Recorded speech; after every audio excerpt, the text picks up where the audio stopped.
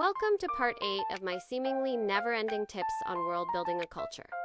I suddenly understand why I sit at my computer writing for hours. If you haven't already, go check out my other parts to this series. I go over a lot of stuff that will definitely help with creating a culture. Let's get started. Today we will be adding a heart to our culture. Starting off strong, music. In two of my work in progresses, I have a music genre inspired loosely by K-pop. In my My Little Pony retelling that I really need to get around to naming, there is Bone Pop, with groups of wolves, like boy groups and girl groups, coming together. Bone Pop does have quite a few differences from K-pop, most notably their lack of light sticks. I'm debating whether or not to have Bone Pop have parts sung in Korean, but it's not set in stone yet. In my other work in progress, Substance in the main country of Mubia, they have Mupop. Mupop has, as far as its music goes, a mix of what you would associate as Egyptian music, pirate music, and mostly K-pop, all mixed together with elements of rock. Mupop is sung in a mix of English and Morbian. Morbian is the language I made for this culture, and it takes inspiration loosely from Japanese, Korean, Hebrew, Egyptian, English, and Latin. Traditional Nubian music sounds a lot like this, mixed with the typical music heard at Native American powwows.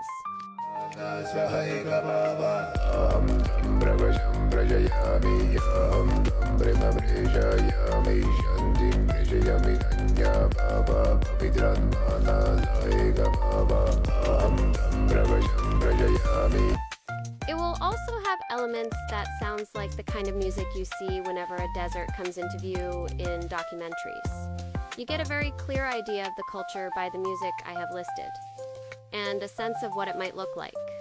I recommend stepping outside your comfort zone to listen to different music genres to find what works best for your culture and to use as inspiration for what their music might sound like. Okay, it could be screaming cats, and it will be acceptable. Next will be a fairly easy thing to answer that says a lot more about your culture than you might initially think. Moving out. What is the cultural norm around adult children moving out, and does it change depending on gender? Do they stay home with their parents till marriage or another important milestone? Do they get kicked out at a certain age? What is the norm here? After you answer that question and add any details you see fit depending on what you already have, let's move on to subcultures. I highly recommend you research them. They are amazing to learn about. You should do some research and write down one, maybe two basic ideas. Personally, I love making alternative fashions for my worlds. It's fun. And another thing you should know which can impact your story and your subcultures is, what is the stereotypical rebellious teen in your culture?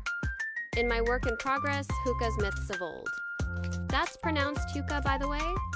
In this work in progress, my main character Shark sneaks out, breaks into the palace to see his sister, openly says he refuses to marry the girl he is betrothed to, average rebellious teen stuff. But something I sprinkled in to reflect the culture is that his favorite color is red. Red in Ritung clan is seen as a vile, evil color, and people look down on it. And with that, you have added a heart to your culture. I'll end the video here, and in my next one, we will add blood to the culture for your heart to pump through the culture. Catherine out.